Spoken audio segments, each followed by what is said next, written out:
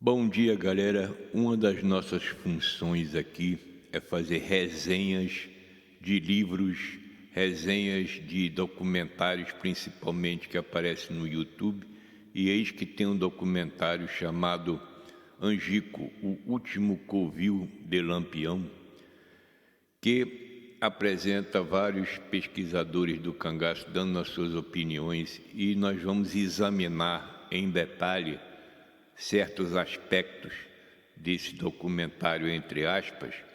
E o primeiro que nós vamos analisar aqui é a entrevista do Sérgio Dantas, que eu reputo como sendo um dos únicos, pesquisadores que tem método acadêmico, o único que tem algum tipo de pensamento crítico, e ele tem o meu respeito como sendo um pesquisador sério. Depois nós vamos olhar os outros, porque esse documentário merece uma resenha, que tem muita coisa que tem que ser esclarecida. Vamos à entrevista do Sérgio Dantas. Novas estratégias, como, por exemplo, abandonar o Nordeste, onde a perseguição policial havia se tornado implacável, e prosseguir. Então, galera, antes de entrar na entrevista do Sérgio Dantas, a gente ouve uma coisa inacreditável, onde eles dizem que a perseguição contra Lampião nos últimos anos, vamos dizer, entre 1936 e 1938, foi implacável. Isso é uma das maiores besteiras. Não sei de onde que esses cabras tiraram isso. Isso é invencionice, achismo e crendice, porque não existe nenhuma documentação sobre qualquer tipo de perseguição a cangaceiro, como se aqueles volantes morrendo de fome lá de Alagoas e Sergipe teriam ímpeto, teriam fundos para ficar caçando bandoleiros rurais, A gente vê que essas estupidez são tão prevalentes no estudo do cangaço. Eles inventam uma porra dessa, mas cadê boletim de ocorrência de que houve alguma perseguição? Cadê atestado de óbito? Cadê ordem de prisão para qualquer cangaceiro que seja nesses 2 últimos anos do cangaço lampiônico? Inexiste. Agora vamos para a entrevista do Sérgio Dantas.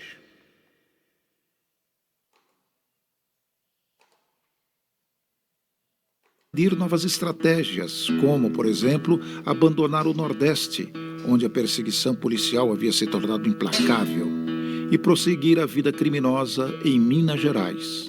Entretanto, essa tese é refutada pelo pesquisador e escritor Sérgio Dantas. Há ainda hoje uma mítica, digamos assim, muito grande em torno do que seria discutido na Grota do Angico. Reza a lenda que Lampião, por exemplo, teria mandado um bilhete escrito para Corisco dizendo que precisava se encontrar com ele, Corisco, para traçar um plano de vingança contra Zé Rufino, porque, segundo o bilhete, aspas, ele estaria passando de pato a ganso. Ora, qualquer pessoa que estude o cangaço um pouco mais aprofundado veria que Lampião jamais escreveria um bilhete dessa natureza. Se o coiteiro que levasse essa missiva, esse bilhete, fosse pego pela polícia, certamente a polícia descobriria onde era o coito. Tá certo? Isso é uma questão óbvia. Então, essa coisa de que o encontro de Angico ia se dar por esse motivo, me parece mais folclore, advindo da tradição oral. Uma segunda vertente tenta explicar aquele encontro como uma forma de discutir detalhes para ir a Minas Gerais. É possível? É, mas parece um pouco difícil. Não há uma prova concreta nesse sentido. Ex-cangaceiros que entraram no bando no final dos anos 30 chegaram mesmo a dizer que o objetivo era esse, mas não há nenhuma prova. Esses cangaceiros eram recrutas, eram novatos, não tinham acesso a informações privilegiadas trocadas entre os chefes, Lampião, Corisco, Zé Sereno, Luiz Pedro. Eles não conversavam com todo mundo os planos do bando. Então, essa também carece, embora mais palatável, parece ainda carente de uma prova mais substancial. É difícil você imaginar um grupo de cangaceiros com aquelas vestimentas se deslocar através da Caatinga em uma região desconhecida, sem coiteiros, sem protetores e, portanto, sem apoio, até chegar ao estado de Minas Gerais, considerando que a Bahia e Minas são estados enormes. Há até quem diga que determinado coronel mineiro estava envolvido nessa trama para receber Lampião. Me parece mais uma suposição. Não é, do ponto de vista histórico, algo que possa se materializar através de prova. Então, galera, a gente vê aqui essa entrevista com o Sérgio Dantas.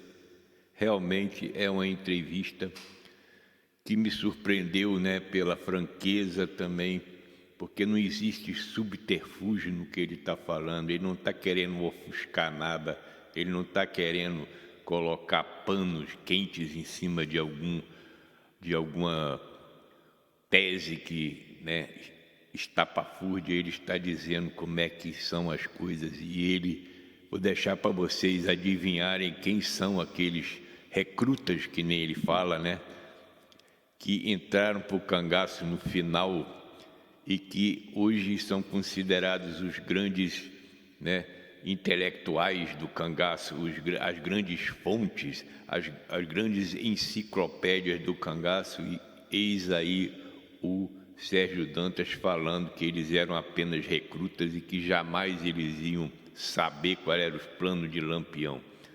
Isso é muito interessante a gente ver, galera, que existe uma mudança sutil, né, dentro dos pesquisadores do cangaço, onde existem vozes que não entram na onda, né, desses outros pesquisadores cujo interesse não é histórico, é um interesse apenas econômico. E vamos voltar agora para outras entrevistas. Aqui nós vamos ver uma entrevista estapafúrdia sobre sentinelas.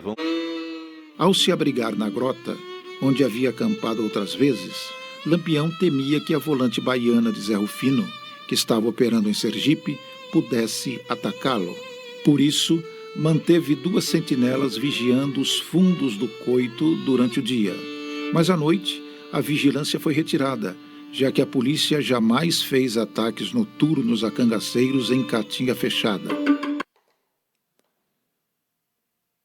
Galera, a gente vê a estupidez abissal, né, dessa missiva aí, dessa coisa sem nexo que eles falam. Primeira coisa, eles falam que o Lampião tinha um medo de Zé Rufino. Da onde que eles tiraram isso? Lampião alardeou para todo mundo que ele tinha medo de Zé Rufino, né? Isso é uma coisa que a invencionice não tem limite, né?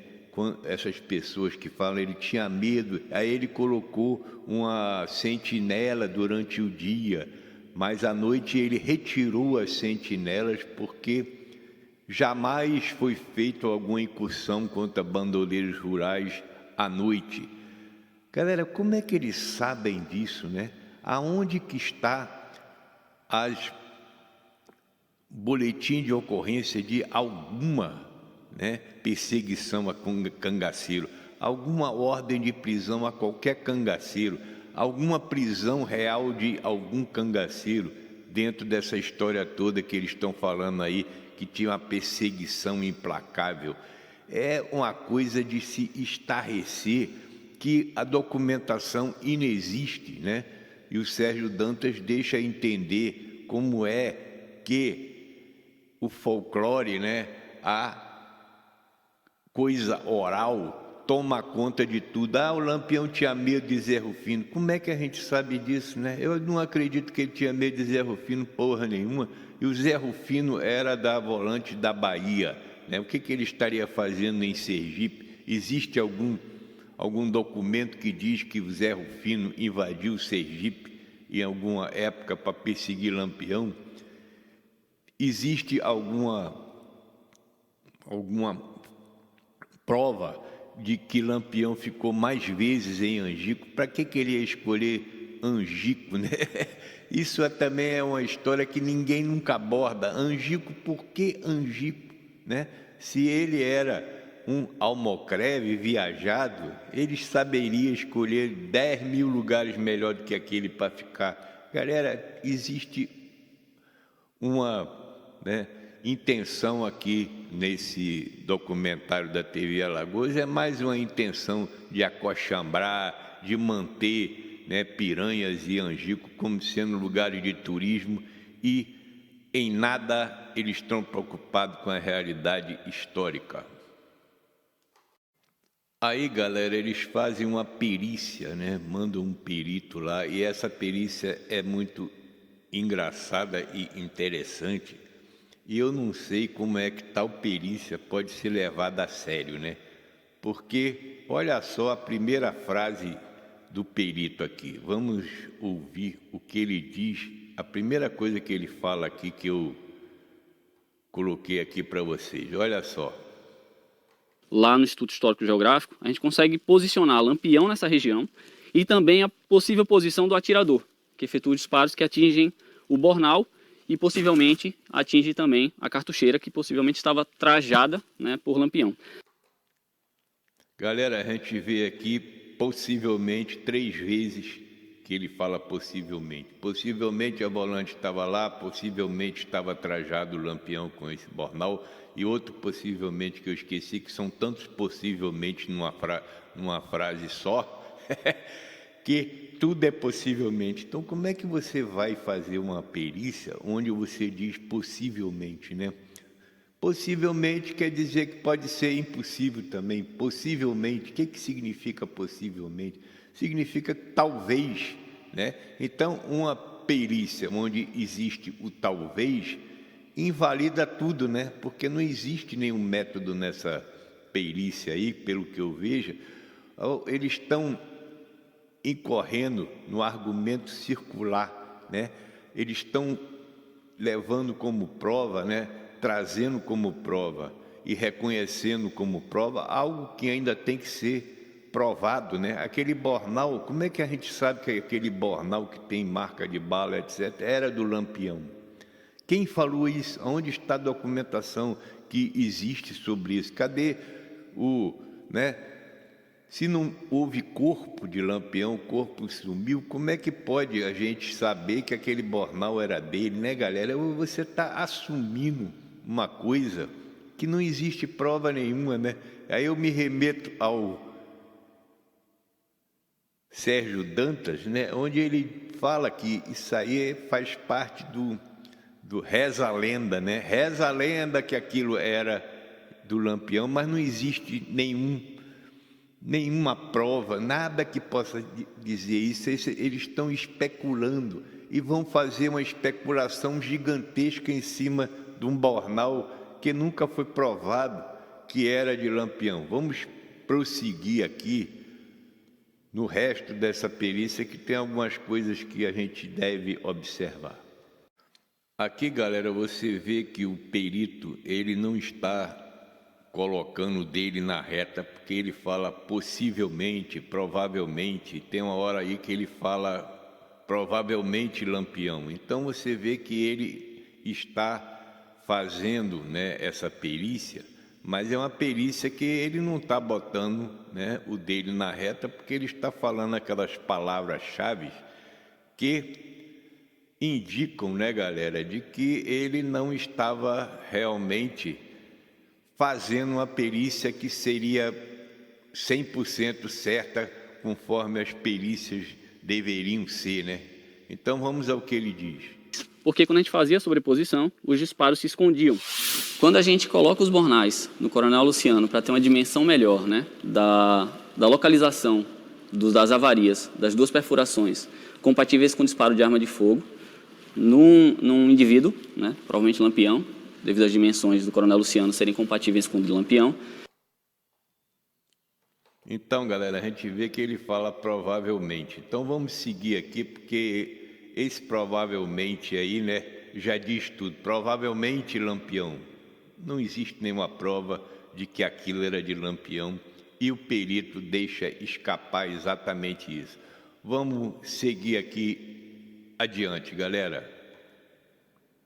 Após o impacto, né, reforçando que esse ponto de impacto, que é compatível com a posição daquele lá, né? Então esse aqui, ele foi uma trajetória, né, direta, ele não teve um ricochete, é compatível com a posição do atirador que a gente constatou lá em cima, que efetuou o disparo em Lampião, né? E aquele outro, naquela rocha um pouco mais alta ali, ele é compatível também com essa região aqui, mas havendo um ricochete, né, inicial e depois o impacto naquela rocha lá em cima. Esse aqui mais evidente, que realmente é antigo, né, devido ao estado desse metal que está impregnado na rocha, né, bem desgastado.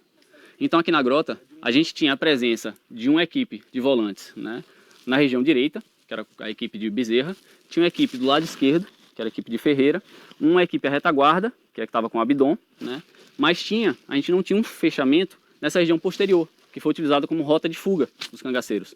E justamente por isso, né, que só morreram 11.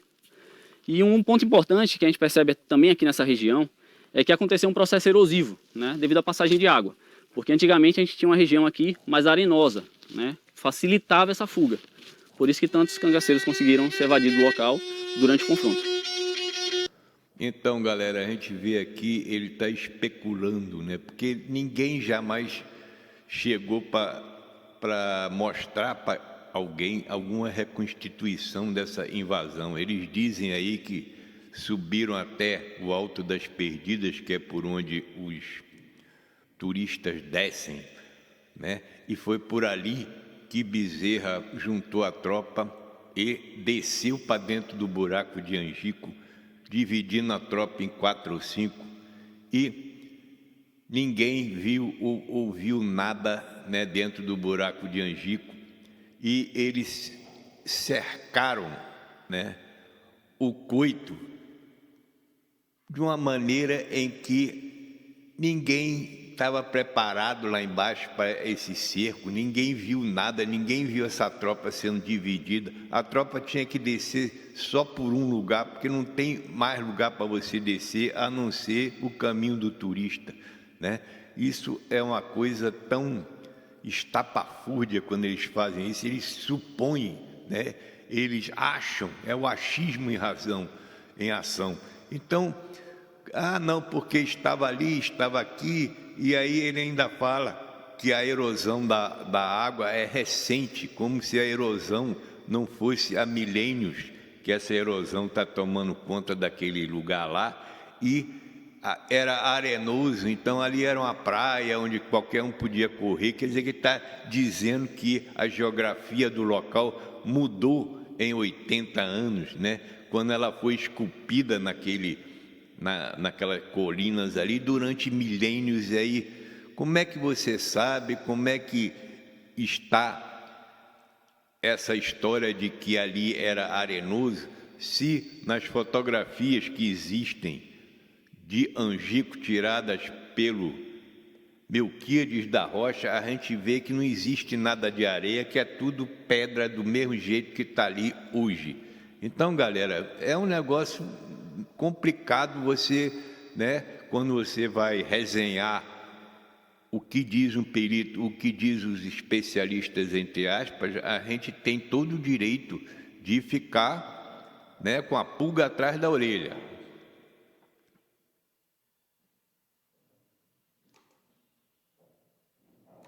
Então, galera, só para complementar que ele está mostrando marca de bala em Angico, e a gente tem que lembrar que Paulo Gastão, em 2009, no Cariri Cangaço, falou que não tem marca de bala em Angico, e ele não aborda essa questão das marcas de bala, qual é o calibre, ele não faz uma perícia em cima dessas marcas de bala, que seria o mínimo que a gente, né, primeira coisa que seria feita, na minha opinião, se eu tivesse, né, fazendo a perícia em Angico, é ver que calibres são aqueles, qual é o tempo que aquilo tem ali, e se historicamente alguém falou em marca de bala em Angico, depois ou antes do Paulo Gastão falar que não existia marca de bala, como é que depois tem marca de bala? Isso seria uma das questões mais importantes, né? Porque essas marcas de bala foram fraudadas, como é que a gente sabe que não? Então, galera, agora a gente vai ver a história, né, do Aderbal Nogueira explicando por que Lampião se sentia seguro em Angico, né? Essa é uma explicação das mais engraçadas, estapafúrdias e ridículas que eu já vi na minha vida, mas vamos ao que ele diz. É muito engraçado, galera. Por que Lampião se sentia protegido em Angico? O que você diz sobre isso? João, ele se sentia protegido aí em Angico, primeiro por conta de Pedro de Cândido, né? Um coiteiro de alta confiança dele, o qual já convivia com ele há bastante tempo. Então ele estava num lugar seguro. Fora isso, estava em Sergipe. Sergipe, como todo mundo sabe, o interventor também dava proteção a ele. E ele estava num lugar que para muita gente até disse que era um lugar desprevenido, tal, como é que ele passou tanto tempo. Mas para mim, eu acho o coito do Angico um coito altamente seguro. Totalmente se ele tivesse uma caatinga aberta, né? Galera, a gente vê a estupidez, né, desse senhor quando ele diz que Angico era um lugar altamente seguro. Se fosse altamente seguro, o Lampião não teria morrido em Angico, né? A estupidez desse caba da peste, desculpa, com todo respeito, né, é inacreditável. Aí ele vai falar que Pedro de Cândido era um coiteiro de confiança de Lampião há muito tempo. Aquele cabra Pedro de Cândido era um garotão, tinha 20 e poucos anos. Como é que ele ia ser um coiteiro de confiança do Lampião, né? Eu já falei aqui diversas vezes. Aí ele tenta explicar também porque que Pedro de Cândido era policial, né? O irmão de Pedro de Cândido era policial, eles eram todos policiais. Como é que Lampião ia confiar em Pedro de Cândido, sendo a família dele uma família de policiais? E aonde que existe qualquer tipo de prova que Pedro de Cândido era coiteiro de Lampião? Qual é a prova que você tem? Aí eu me remeto ao Sérgio Dantas, as mesmas perguntas que ele faz sobre o motivo de ter Angico, por que Angico como lugar de reunião. Eu pergunto as mesmas coisas. Quais as provas que você tem que Pedro de Cândido era um coiteiro de confiança? A gente tem provas de que Angico não era um coito seguro, tanto que Lampião morreu lá dentro que nem um porco no chiqueiro, sem poder sair de dentro do buraco. Aí olha só o resto do absurdo que ele fala sobre esse assunto, galera. É muito engraçado. Então, continuando com as baboseiras, galera, olha só. Olha só. Mas para mim, eu acho o coito do Angico um coito altamente seguro. Totalmente se ele tivesse uma caatinga aberta, né, digamos assim. Para saber que ele estava ali, só alguém para levar. Porque quem já desceu aqui Magiano, São Francisco, se você olhar para os dois lados, é só grotões de serra. Sim. Você jamais vai imaginar que tem alguém ali dentro, coitado. Verdade. Não é verdade? Tanto é que eu costumo dar o exemplo que as onças se escondem onde? Dentro dos grotões. Galera, aqui ele diz que Lampião é uma onça que vai se esconder dentro dos grotões. Quer dizer, ele faz esse paralelo entre uma onça e Lampião.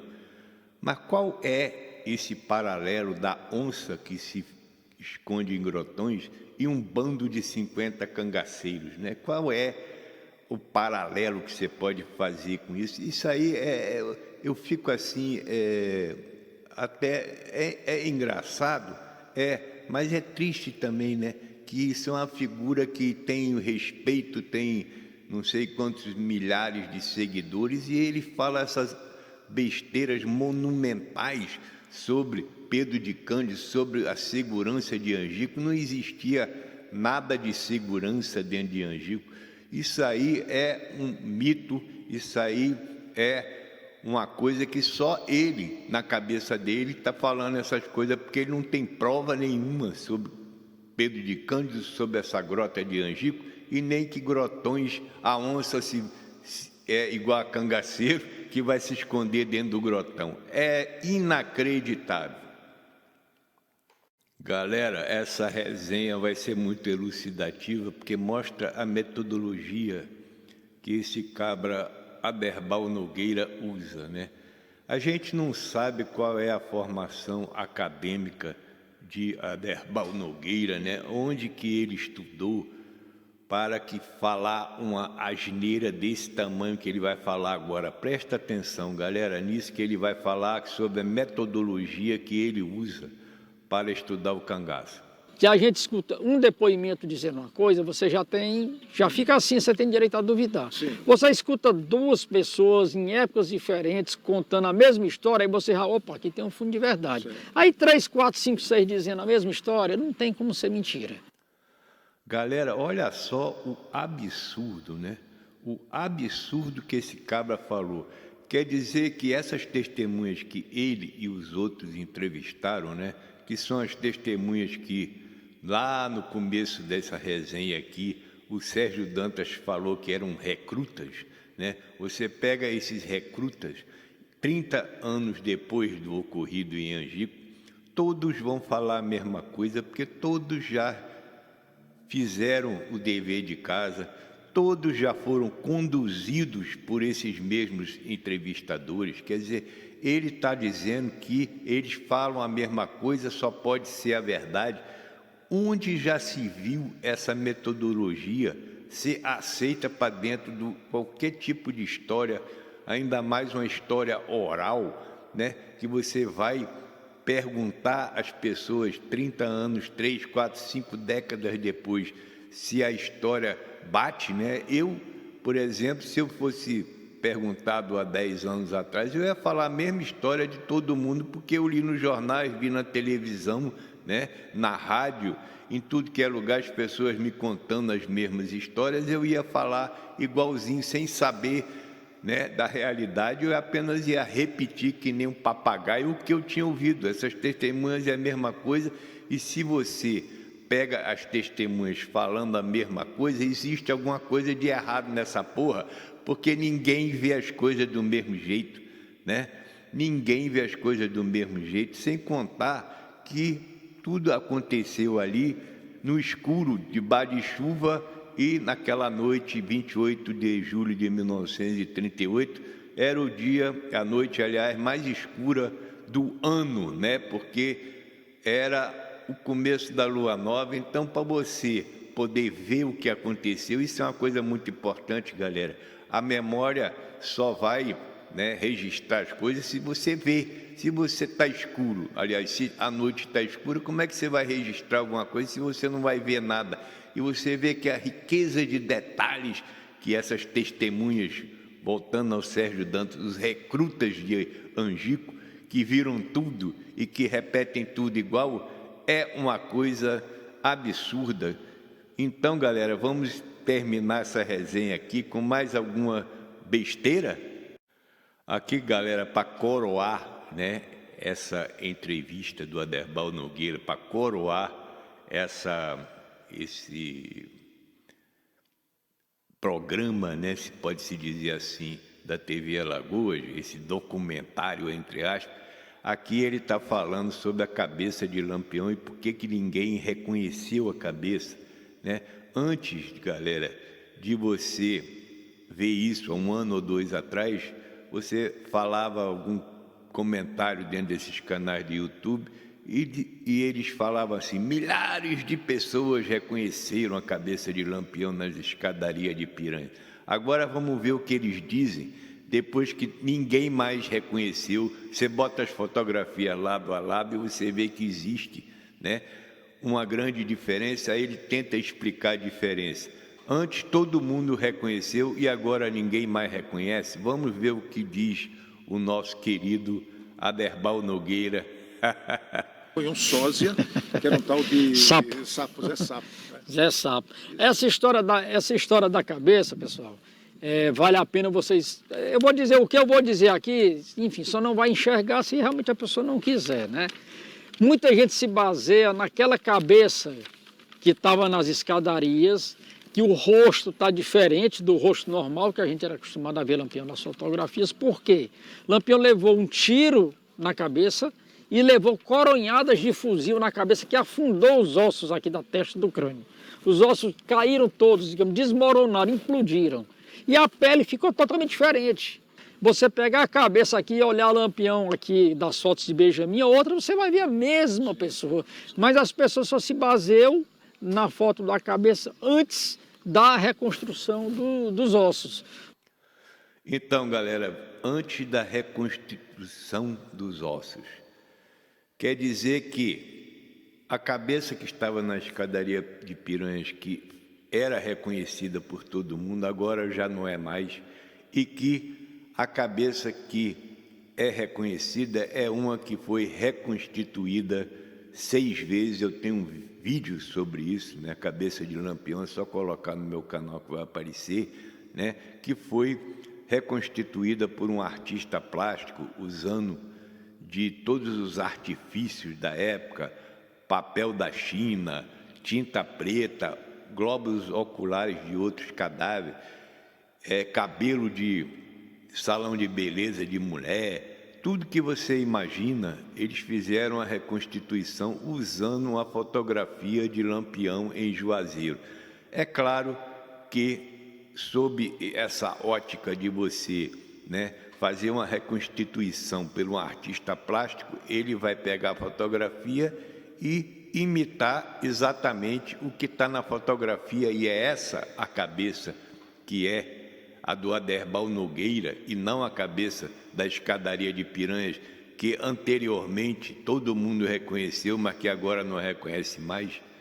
É foda, é foda.